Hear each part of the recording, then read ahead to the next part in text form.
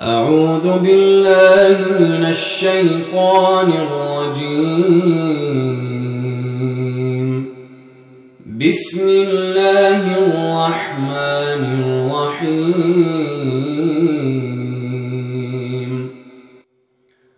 قل أعوذ برب الناس،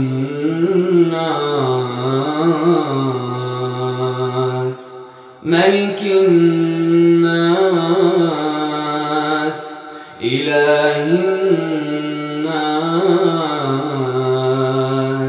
من شر الوسواس الخناس،